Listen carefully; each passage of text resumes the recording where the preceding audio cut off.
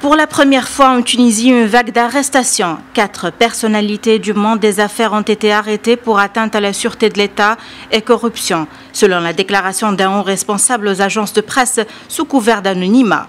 L'arrestation de l'homme d'affaires Chafik Jareya, puis celle de l'ex-candidat à l'élection présidentielle 2014 Yassine Chanoufi et le douanier Ridal Ayari, ainsi que Nejib Ben Smaïl, l'un des barons du marché parallèle, ont été tous arrêtés en vertu de l'état d'urgence.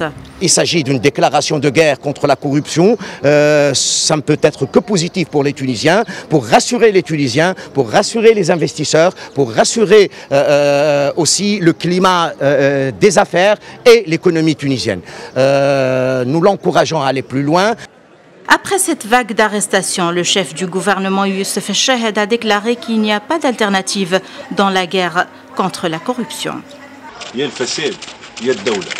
C'est soit la corruption, soit l'État, soit la corruption, soit la Tunisie. Et comme tous les Tunisiens, j'ai choisi la Tunisie. Le gouvernement conduira la guerre contre la corruption jusqu'au bout.